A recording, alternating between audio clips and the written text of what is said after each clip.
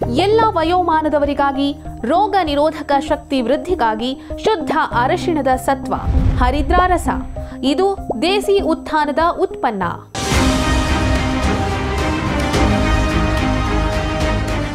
ಹೊಸಗಂತ digital ಸುದ್ದಿವಾಹಿನಿಯ ರೇಷ್ಮೆ ರಾಜನೀತಿ ದೈನಂದಿನ ವಿಶ್ಲೇಷಣಾ ಕಾರ್ಯಕ್ರಮದ ಸಮಸ್ತ ವೀಕ್ಷಕ ಬಾಂಧವರೆಲ್ಲರಿಗೂ ದಸರಾ ವಿಜಯದಶಮಿ ಹಬ್ಬದ ಶುಭಾಶಯಗಳು. ಅಂದಹಾಗೆ ಇವತ್ತಿನ ಅಕ್ಟೋಬರ್ 2ಕ್ಕೆ ಮಹಾತ್ಮ ಗಾಂಧೀಜಿಯವರ 136ನೇ ಜನ್ಮದಿನೋತ್ಸವ, ಹಾಗೆಯೇ ದಿವಂಗತ ಪ್ರಧಾನಮಂತ್ರಿ ಲಾಲ್ ಬಹದ್ದೂರ್ ಶಾಸ್ತ್ರಿ ಅವರ ಜನ್ಮದಿನೋತ್ಸವ ಕೂಡ. ಅಂದಹಾಗೆ ರಾಜ್ಯ ಕಾಂಗ್ರೆಸ್ಸಿಗರಿಗಾಗ್ಲಿ ರಾಷ್ಟ್ರದ ಕಾಂಗ್ರೆಸ್ಸಿಗರಾಗ್ಲಿ ಕಳೆದ ಇದೇ ತಿಂಗಳು ಸೆಪ್ಟೆಂಬರ್ 26ಕ್ಕೆ ಡಾಕ್ಟರ್ ಮನಮೋಹನ್ ಸಿಂಗ್ರ ಹುಟ್ಟು ಹಬ್ಬ ಬಂದು ಹೋಯಿತು. ಅವ್ರಿಗೆ ಯಾರಿಗೂ ನೆನಪೇ ಇಲ್ಲ. ಅವರು ದಿವಂಗತರಾದ ನಂತರ ಮೊದಲ ಜನ್ಮ ದಿನೋತ್ಸವ ಬಂದಿತ್ತು, ಯಾರು ಅವರನ್ನ ನೆನಪಿಸ್ಕೊಳ್ಳಿಲ್ಲ. ಯಾಕಂದ್ರೆ ಅವ್ರಿಗೆ ಗೊತ್ತಿದೆ 1991ರವರೆಗೆ ಜಾರಿಯಲ್ಲಿದ್ದ ಆ ನೆಹರು ಯುಗ ಧರ್ಮವನ್ನ ಏಕಾಏಕಿ ಬದಲಾಯಿಸಿದ್ದು ಡಾಕ್ಟರ್ ಮನಮೋಹನ್ ಸಿಂಗ್. ಡಾಕ್ಟರ್ ಮನಮೋಹನ್ ಸಿಂಗ್ ಮೌನ ಕ್ರಾಂತಿ ಕುರಿತಂತೆ ಇವತ್ತಿನ ರಾಹುಲ್ ಗಾಂಧಿ ಕಾಂಗ್ರೆಸ್, ಪ್ರಿಯಾಂಕಾ ವಾದ್ರಾ ಕಾಂಗ್ರೆಸ್ ಅಲ್ಲಿ ನೆನಪಿಸ್ಕೊಳ್ಳುವವರು ಇಲ್ಲ, ಸ್ಮರಿಸಿಕೊಳ್ಳುವವರು ಇಲ್ಲ. ತಮ್ಮದೇ ಪಕ್ಷದ ಪ್ರಧಾನಮಂತ್ರಿ ಅವರನ್ನ ಗೌರವಿಸಿರೋ ಆ ಪಕ್ಷದ ನಾಯಕರುಗಳಿಗೆ ನರೇಂದ್ರ ಮೋದಿಯನ್ನ ಗೌರವಿಸ್ಲಿ ಅಂತ ನಿರೀಕ್ಷಿಸೋದು ಕೂಡ ತಪ್ಪಾಗುತ್ತೆ. ಅದಿರ್ಲಿ, ಇವತ್ತಿನ ವಿಷಯ ಮೈಸೂರು ದಸರಾದಲ್ಲಿ ಮುಷ್ಟಿ ಕಾಳಗ.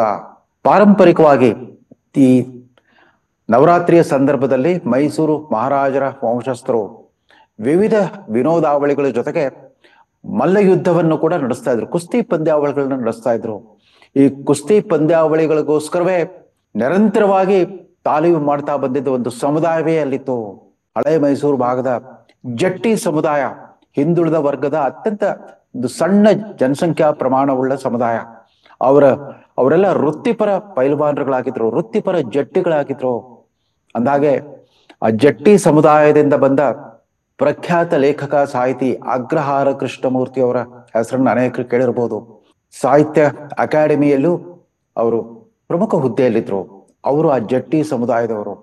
ಈಗ ನಾವು ಚರ್ಚೆ ಮಾಡ್ತಾ ಇರೋ ಜಗಜಟ್ಟಿಗಳ ಮಲ್ಲ ಯುದ್ಧ ಇನ್ಯಾರೂ ಅಲ್ಲ, ಮುಖ್ಯಮಂತ್ರಿ ಸಿದ್ದರಾಮಯ್ಯ, ಉಪಮುಖ್ಯಮಂತ್ರಿ ಡಿ.ಕೆ. ಶಿವಕುಮಾರ್.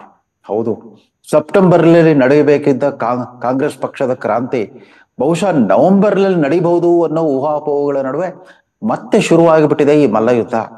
ಆವತ್ತು ನವರಾತ್ರಿಯ ಮೊದಲ ದಿನ ಮೈಸೂರಿನ ಚಾಮುಂಡೇಶ್ವರಿ ದೇವಿ ಸನ್ನಿಧಿಯಲ್ಲಿ ನಡೆದ ಸರ್ಕಾರಿ ದಸರಾ ಹಬ್ಬದ ಉದ್ಘಾಟನಾ ಸಮಾರಂಭದಲ್ಲಿ ಬಹುತೇಕ ಸುದ್ದಿ ಮಾಧ್ಯಮಗಳೆಲ್ಲ ಕ್ಯಾಮೆರಾಗಳೆಲ್ಲ ಕೇಂದ್ರೀಕೃತವಾಗಿದ್ದು ಮುಖ್ಯ ಅತಿಥಿ, ಉದ್ಘಾಟನಾ ಸಮಾರಂಭದ ಮುಖ್ಯ ಅತಿಥಿ ಬಾನು ಮುಷ್ತಾಕರು ಅವರ ನಡವಳಿಕೆ ಮತ್ತು ಅವರ ಮಾತುಗಳ ಬಗ್ಗೆ ಮಾತ್ರ. ಎಲ್ಲರೂ ಕೂಡ ಅದ್ಯಾಕೋ ಅನುದ್ದೇಶಿತವಾಗಿಯೋ ಉದ್ದೇಶಪೂರ್ವಕವಾಗಿಯೋ ಗಮನಿಸದೆ ಹೋದ ಮತ್ತು ಬಹುಶಃ ಮರೆತು ಬಿಟ್ಟಿರಬಹುದಾದ ಅಂಶ ಯಾವುದು ಅಂತಂದ್ರೆ, ಇದೇ ಮೊದಲ ಬಾರಿಗೆ ಕರ್ನಾಟಕದ ಕಾಂಗ್ರೆಸ್ ಸರ್ಕಾರದ ಒಂದು ಅತ್ಯಂತ ಮಹತ್ವದ ಸಮಾರಂಭವೊಂದರಲ್ಲಿ ಉಪಮುಖ್ಯಮಂತ್ರಿ ಡಿ.ಕೆ. ಶಿವಕುಮಾರ್ ಅವರ ಗೈರು ಹಾಜರಿ. ಅವತ್ತು ದಸರಾ ಉತ್ಸವದ ಉದ್ಘಾಟನಾ ಸಮಾರಂಭದಲ್ಲಿ ಅಲ್ಲಿ ಬರೀ ಸಿದ್ದರಾಮಯ್ಯನವರು ಮತ್ತು ಅವರ ಆಪ್ತ ಸಚಿವರುಗಳು ಮಾತ್ರ ವಿಜೃಂಭಿಸಿದ್ರು. ಎಚ್.ಸಿ. ಮಹದೇವಪ್ಪ, ಪಿರಿಯಾಪಟ್ಟ ವೆಂಕಟೇಶ್, ಅದ್ರ ಜೊತೆಗೆ ಕಾಂಗ್ರೆಸ್ ಪಕ್ಷದ ಒಬ್ಬ ಅಡಾಪ್ಟೆಡ್ ಮೆಂಬರ್, ಅಸೋಸಿಯೇಟ್ ಮೆಂಬರ್ ತರ ಆಗಿರೋ JDS ನ G.T. ದೇವೇಗೌಡ, ಇವರ ಭಾಷಣಗಳಲ್ಲಿ ಮೊಳಗಿದುವೆ ಹೊರತು ಡಿ.ಕೆ. ಶಿವಕುಮಾರ್ ಮತ್ತವರ ಆಪ್ತರ ಯಾರು ಅಲ್ಲಿ ಕಾಣಿಸ್ಕೊಳ್ಳೂ ಇಲ್ಲ. ಅವ್ರಿಗೆ ಇದ್ರೂ ಕೂಡ ಅವರ ಧ್ವನಿಗಳಿಗೆ ಅಲ್ಲಿ ಅವಕಾಶವೇ ಇರಲಿಲ್ಲ. 2 ದಿನ ಮುಂಚೆನೆ ಜಾತಿ ಗಣತಿಗೆ ಸಂಬಂಧಪಟ್ಟ ಒಕ್ಕಲಿಗ ನಾಯಕರ ಮತ್ತು ಮಠಾಧೀಶರುಗಳ ಸಮಾವೇಶದಲ್ಲಿ, ಅಂದ್ರೆ ಬೆಂಗಳೂರಿನ ಆದಿಚುಂಚನಗಿರಿ ಶಾಖಾ ಮಠದಲ್ಲಿ ನಡೆದ ಒಂದು ಮಹತ್ವದ ಸಭೆಯಲ್ಲಿ ಪಾಲ್ಗೊಂಡ ಡಿ.ಕೆ. ಶಿವಕುಮಾರ್ ಅವತ್ತು ಸಂಜೆನೆ ತುರ್ತಾಗಿ ದಿಲ್ಲಿಗೆ ಪ್ರಯಾಣಿಸ್ಬಿಟ್ರು. ಅದಾದ್ಮೇಲೆ ಅವರು ಮತ್ತೆ ವಾಪಸ್ಸು ಬಂದಿದ್ದು 4-5 ದಿವಸವಾದ ನಂತರವೇ. ಅಂದ್ರೆ ಮೈಸೂರಿನ ದಸರಾ ವೈಭವದ ಉದ್ಘಾಟನೆಯಲ್ಲಿ ಅವರು ಬುದ್ಧಿಪೂರ್ವಕವಾಗಿ ಗೈರುಹಾಜರಾದ್ರೋ ಅಥವಾ ಅನಿವಾರ್ಯ ಕಾರಣಗಳಿಂದ ಗೈರುಹಾಜರಾದ್ರೋ ಅವ್ರಿಗೆ ಗೊತ್ತು. ಅಂತೂ ಇದೇ ಮೊದಲ ಬಾರಿಗೆ ಸಿದ್ದರಾಮಯ್ಯನವರು ಉದ್ಘಾಟಿಸಿದ್ದ ಸರ್ಕಾರಿ ಸಮಾರಂಭದಿಂದ ದೂರ ಉಳಿದಿದ್ರು ಡಿ.ಕೆ. ಶಿವಕುಮಾರ್. ದಿಲ್ಲಿಗೆ ಹೋದವರು ಅಲ್ಲಿಂದ ಆಚೆ ಪಾಟ್ನಾಗ್ ಬಂದ್ರು. ಅಲ್ಲಿ ಅವ್ರಿಗೊಂದು ನೆಪ ಇತ್ತು. ಅವರ ನಾಯಕ ರಾಹುಲ್ ಗಾಂಧಿ ಅವರು ನಡೆಸಿದ ಮತಾಧಿಕಾರ ಯಾತ್ರೆ ಆಗತಾನೆ ಮುಗಿದಿತ್ತು. ಬಿಹಾರ್ ಕಾಂಗ್ರೆಸ್ ಚುನಾವಣಾ ಸಮರಕ್ಕೆ ಇವರು ಶಕ್ತಿ ತುಂಬಬೇಕಾಗಿತ್ತು. ಅದಕ್ಕೋಸ್ಕರ ಅವರು ಪಾಟ್ನಾಗ್ ಹೋದ್ರು, ಅಲ್ಲಿಂದ ಬುದ್ಧ ಗಯಾಗ್ ಹೋದ್ರು, ಅಲ್ಲೆಲ್ಲ ದೇವಸ್ಥಾನದಲ್ಲಿ ಭಾರಿ ಪೂಜೆ ನೆರವೇರಿಸಿದ್ರು. ಬುದ್ಧಗಯಾದಲ್ಲಿ ಹೋಗಿ ಪ್ರಾರ್ಥನೆ ಮಾಡಿ ಬಂದ್ರು. ಅಲ್ಲಿಂದ ಸೀದಾ ಬಂದವ್ರೆ ಕನ್ನಂಬಾಡಿ ಆಣೆಕಟ್ಟೆಗೆ ಬಂದ್ರು. ಸಿದ್ದರಾಮಯ್ಯನವರ ಒಡ್ಡೋಲಗದ ಎಡಪಂಥೀಯ ಪ್ರಗತಿಪರ ವಿಚಾರವಾದಿಗಳೆಲ್ಲ ಬಲವಾಗಿ ವಿರೋಧಿಸ್ತಾ ಬಂದಿದ್ದ ಕಾವೇರಿ ಆರತಿ ಅನ್ನೋ ಒಂದು ಧಾರ್ಮಿಕ ಸಮಾರಂಭವನ್ನ, ಅಂದ್ರೆ ಸಾಂಸ್ಕೃತಿಕ ಹಿನ್ನೆಲೆ ಉಳ್ಳ ಧಾರ್ಮಿಕ ಸಮಾರಂಭವನ್ನ ಯಾರೇನೇ ಹೇಳಿ ನಡೆಸ್ತೀನಿ ಅಂತ ಸಂಕಲ್ಪ ತೊಟ್ಟಿದ್ದ ಡಿ.ಕೆ. ಶಿವಕುಮಾರ್ ಸೆಪ್ಟೆಂಬರ್ 26ರಂದು ಸಂಜೆ ನಡೆಸೇ ಬಿಟ್ರು. ಒಂದು ದಿನ ಮುಂಚೆನೆ ಅಲ್ಲಿ ತಾಲೀಮ್ ನಡೆಸಿ ಯಾವ ರೀತಿ ವಾರಣಾಸಿಯಲ್ಲಿ ನಡೆಯುತ್ತೋ ಆ ಗಂಗಾ ಆರತಿ ಅದಕ್ಕೆ ಅದೇ ರೀತಿಯಾಗಿ ಕನ್ನಂಬಾಡಿಯಲ್ಲೂ ಕೂಡ ಒಂದು ಕಾವೇರಿ ಆರತಿ ಸಮಾರಂಭವನ್ನ ನಡೆಸೇ ಬಿಟ್ರು. ಮುಂದಿನ 4 ದಿನಗಳ ಕಾಲ ಸರ್ಕಾರದ ವತಿಯಿಂದಲೇ ಸಾಕಷ್ಟು ಜನ ಪ್ರವಾಸಿಗರ ಆಕರ್ಷಣೆಯನ್ನು ಸೆಳೆದುಕೊಂಡ ಈ ಕಾವೇರಿ ಆರತಿ ಸಮಾರಂಭ ನಡೆದೇ ಹೋಯಿತು. ಅಲ್ಲಿ ಸಿದ್ದರಾಮಯ್ಯನವರಾಗ್ಲಿ ಅಥವಾ ಅವರ ಆಪ್ತ ಸಚಿವರುಗಳಾಗ್ಲಿ ಯಾರೂ ಕಾಣಿಸ್ಕೊಳ್ಳಿಲ್ಲ. ಡಿ.ಕೆ. ಶಿವಕುಮಾರ್ ಮತ್ತು ಚಲುವರಾಯ ಸ್ವಾಮಿಯವರ ರಾಜವೈಭವದಲ್ಲಿ ಮೆರೆದಿತ್ತು ಈ ಕಾವೇರಿ ಆರತಿ ಸಮಾರಂಭದಲ್ಲಿ. ಚಾಮುಂಡೇಶ್ವರಿ ಸನ್ನಿಧಿ ಉದ್ಘಾಟನೆಯಲ್ಲಿ ಡಿ.ಕೆ. ಶಿವಕುಮಾರ್ ಗೈರುಹಾಜರು. ಕಾವೇರಿ ಆರತಿ ಸಂದರ್ಭದಲ್ಲಿ ಮುಖ್ಯಮಂತ್ರಿ ಸಿದ್ದರಾಮಯ್ಯ ಮತ್ತು ಅವರ ಆಪ್ತ ಬಳಗದ ಗೈರುಹಾಜರು. ಇವೆರಡೂ ಗೈರುಹಾಜರುಗಳನ್ನ ಯಾರು ಸುದ್ದಿ ಮಾಧ್ಯಮದವರು ಅಷ್ಟಾಗಿ ಚರ್ಚೆ ಮಾಡಿರಲೇ ಇಲ್ಲ.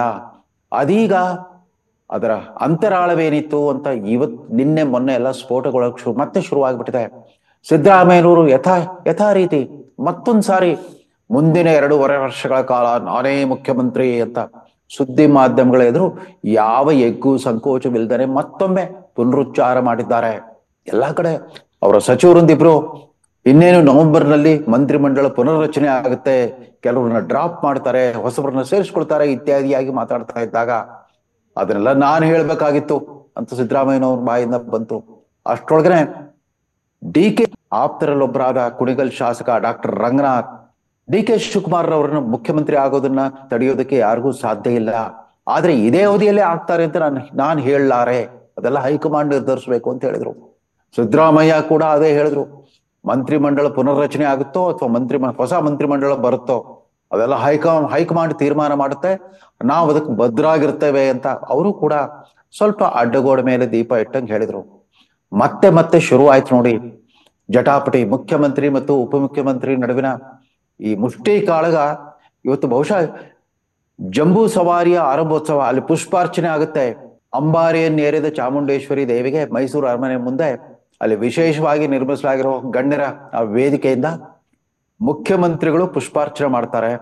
ಯದುವಂಶದ ಹಾಲಿ ಮಹಾರಾಜ ಸಂಸದ ಯದುವೀರ್ರವರು ಕೂಡ ಅಲ್ಲಿರ್ತಾರೆ. ಅಲ್ಲೂ ಕೂಡ ಡಿ.ಕೆ. ಶಿವಕುಮಾರ್ ಗೈರಾಜರಾಗ್ತಾರ, ಕಾದು ನೋಡ್ಬೇಕಾಗಿದೆ. ಅದೇನೇ ಇರಲಿ, ಕಾಂಗ್ರೆಸ್ ಪಕ್ಷದ 2.25 ವರ್ಷಗಳಿಂದ ರಾಜ್ಯವನ್ನು ಆಳ್ತಾ ಇರೋ ಕಾಂಗ್ರೆಸ್ ಪಕ್ಷ ಇದೀಗ ಒಂದು ವಿಚಿತ್ರ ಧರ್ಮ ಸಂಕಟಕ್ಕೆ ಸಿಕ್ಕೊಂಡಿದೆ.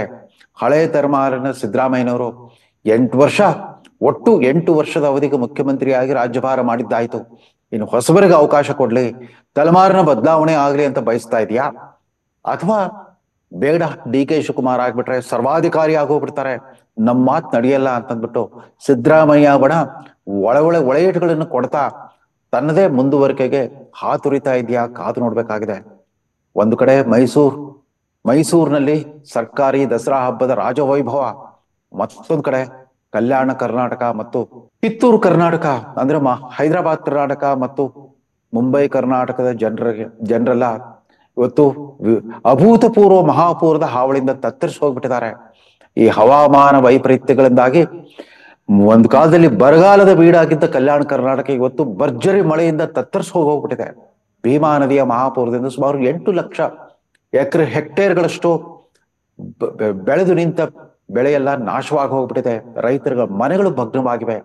ಇದೇ ಮೊದಲ ಬಾರಿಗೆ ಕರ್ನಾಟಕದ ವಿರೋಧ ಪಕ್ಷ ರಾಜ್ಯಾಧ್ಯಕ್ಷರು ಮತ್ತು ಗೋವಿಂದ ಕಾರಜೋಳ್ ಹಾಗೂ ವಿಧಾನ ಪರಿಷತ್ ವಿರೋಧ ಪಕ್ಷದ ನಾಯಕ ಚಲುವಾದಿ ನಾರಾಯಣ ಸ್ವಾಮಿ ಅವರ ನೇತೃತ್ವದಲ್ಲಿ ತುರ್ತಾಗಿ ಆ ಪ್ರದೇಶಕ್ಕೆ ಧಾವಿಸಿ ವೀಕ್ಷಣೆ ಮಾಡ್ತಿರೋ ಹಾಗೇನೆ ಇದ್ದಕ್ಕಿದ್ದಂತೆ ಮುಖ್ಯಮಂತ್ರಿಗಳು ಎಚ್ಚೆತ್ಕೊಂಡ್ರು. ಇದೇ ಮೊದಲ ಬಾರಿಗೆ ಪ್ರತಿಪಕ್ಷ ಒಂದು ಸಂಕಷ್ಟದಲ್ಲಿರೋ ಪ್ರಕೃತಿ ವಿಕೋಪದಿಂದ ತತ್ತರಿಸಿದ್ದ ಜನರ ಕಲ್ಯಾಣಕ್ಕಾಗಿ ಧಾವಿಸಿ ಬಂತು. ಅದಕ್ಕಾಗಿ ತತ್ಕ್ಷಣವೇ ಸ್ಪಂದಿಸೋದ್ರ ಮೂಲಕ ಸಿದ್ದರಾಮಯ್ಯನವರು ಕೂಡ ಒಂದು ಪ್ರಜಾಪ್ರಭುತ್ವ ವ್ಯವಸ್ಥೆಯಲ್ಲಿ ಆಳು ಪಕ್ಷ ಮತ್ತು ವಿಪಕ್ಷಗಳ ನಡುವೆ ಸಾರ್ವಜನಿಕ ಹಿತಾಸಕ್ತಿ ದೃಷ್ಟಿಯಿಂದ ಕೈ ಜೋಡಿಸಲೇಬೇಕು ಅನ್ನೋದನ್ನ ಪ್ರತ್ಯಕ್ಷವಾಗಿ ಪ್ರಮಾಣೀಕರಿಸಿ ತೋರಿಸಿದ್ರು. ಮರುದಿವಸವೇ ಅವರು ಆ ಪ್ರದೇಶಕ್ಕೆ ಧಾವಿಸಿಬಿಟ್ಟು ಆ ಭಾಗದ ಸಚಿವರೊಂದಿಗೆ ಮೊದಲು ಯಾದಗಿರಿ ಜಿಲ್ಲೆಯ ಸಮೀಕ್ಷೆ, ತದನಂತರ ಬೀದರ್ ಜಿಲ್ಲೆಯ ಸಮೀಕ್ಷೆ ಮಾಡಿಬಿಟ್ಟು ವೈಮಾನಿಕ ಸಮೀಕ್ಷೆ ನಡೆಸಿಬಿಟ್ಟು ಸ್ಥಳದಲ್ಲೇ ಪರಿಹಾರ ಘೋಷಣೆ ಕೂಡ ಮಾಡಿದ್ದಾರೆ. ರಾಜ್ಯ ಸರ್ಕಾರದಿಂದ ಹೆಕ್ಟೇರ್ಗೆ 8,500 ರೂಪಾಯಿ ಮತ್ತು ಕೇಂದ್ರ ಸರ್ಕಾರದಿಂದ 8,500 ರೂಪಾಯಿ, ಹೀಗೆ 17,000 ರೂಪಾಯಿ ಪರಿಹಾರ ಕೊಡ್ತೇವೆ ಅನ್ನೋ ಘೋಷಣೆ ಕೂಡ ಅಲ್ಲೇ ಮಾಡ್ಬಿಟ್ರು. ಈ ದಸರಾ ಹಬ್ಬದ ಒಂದ್ ಕಡೆ ರಾಜವೈಭವ, ಮತ್ತೊಂದ್ ಕಡೆ ಜನಸಾಮಾನ್ಯರ ಭಾವನೆ, ಇವೆರಡರ ನಡುವೆ ಇರ್ಲಿ. ಹಬ್ಬದ ನಂತರ ಭುವನೇಶ್ವರಿ ದೇವಿಯ ಆಶೀರ್ವಾದ ಸಮಸ್ತ ಕನ್ನಡಿಗರ ಮೇಲೆ ಇರುತ್ತೆ ಅನ್ನೋ ಆಶಯದೊಂದಿಗೆ ಈ ಸಂಚಿಕೆಯನ್ನು ಮುಗಿಸ್ತಾ ಇದ್ದೇನೆ. ನಮಸ್ಕಾರ.